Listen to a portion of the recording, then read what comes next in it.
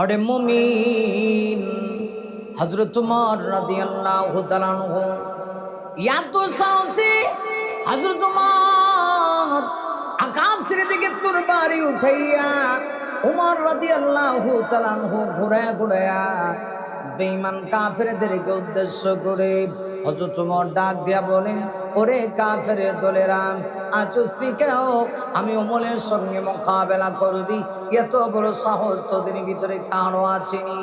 আয়, যদি সাহস থাকে মায়ের বুক যদি খালি করতে চাস, আয় আমি ওমরের সঙ্গে মোকাবেলা কর। না, ওমরের সঙ্গে মোকাবেলা করি, ওমরের সঙ্গে মোকাবেলা করার মতো দুঃসাহস কাহারও নাই। কারণ হযরত ওমরের ঈমানের পাওয়ার এত বেশি ছিল গো।